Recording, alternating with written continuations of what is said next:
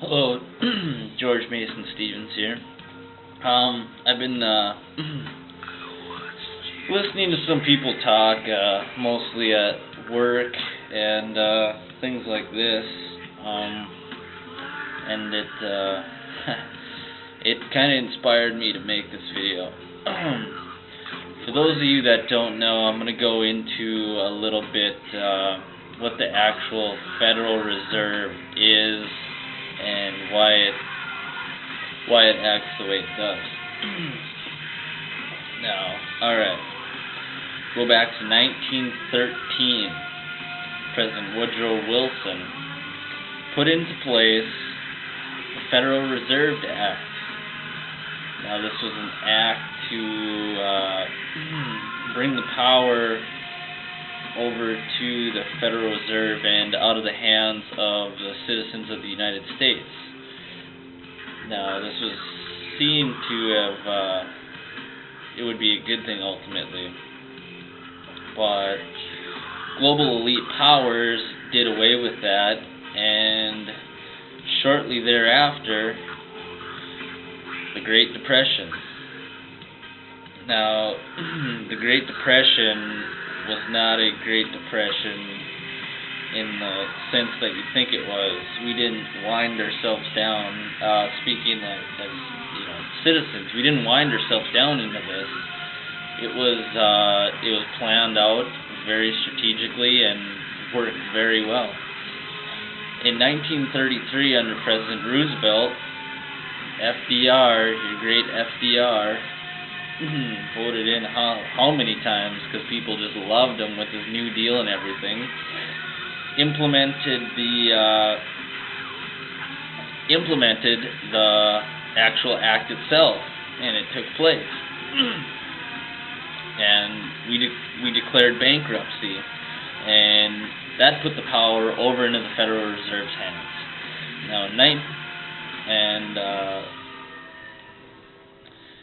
the Federal Reserve, alright, the Federal Reserve is not actually under the federal government. It is a privately owned financial cartel that, runs all the money aspects of the United States. It's like a subcontractor, pretty much, if you can put it in terms like that. And so the United States borrowed all this money from the Federal Reserve. And the chairman of the Federal Reserve, well, he asked FDR, well, what are you going to use as collateral for, for all these, millions, if not trillions of dollars that you borrowed out? Well, lo and behold, 3 years later, 1936, I don't know if people have ever heard of Social Security before, but basically, what Social Security does is it takes all the American citizens that are supposedly owned under the corporation of the United States and uses the United States citizens from 1936 all the way through the end of time until, the Federal Reserve is out of power, or until we actually pay back this debt, which is never going to happen because we're, trillions of dollars in debt. I mean, we just took out, how many $billion here not too long ago. So, they used us, the American citizens, as collateral. Now, that goes up to JFK. He was put into power by these world leaders. The people behind the mask.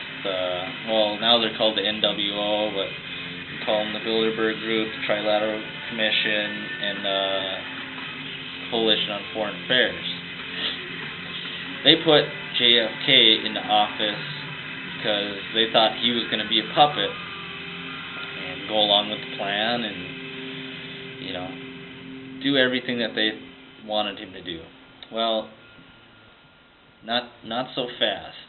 JFK, he was a great president. He was actually the last president that actually fought for our rights, because with Executive Order number 1000 or 0001, he put into the first effect of abolishing the Federal Reserve Act. Well, not too long later, so-called conspiracy that you people all know and love, he was assassinated. To put in the minds of future presidents, hey, if you don't follow our orders, look what happens to you. You get murdered in broad daylight in your own country, Texas, Dallas, Texas, America. You get brutally murdered, and it goes under the radar. People are never put to justice. They blame it on some pinhead and, Lee Harvey Oswald, who, guy's a runaround. He was supposedly a Nazi, worked with the Soviets, all this. What a perfect guy to pin it on. And then hire another guy, Jack Ruby, to kill him. Jack Ruby dies not too long after, heart attack or whatever it was supposedly. Boom, covered up, swept under the rug. Presidents, if you don't do what we tell you to do, this is what's going to happen. So, that's the long and short of it. Just basically made this video, people people in general just don't understand what's really going on here, and what the Federal Reserve actually is. There it is, plain as day. Do some research. Don't have your head in the sand, because it's going to leave your ass end up, and guess what's going to get hit.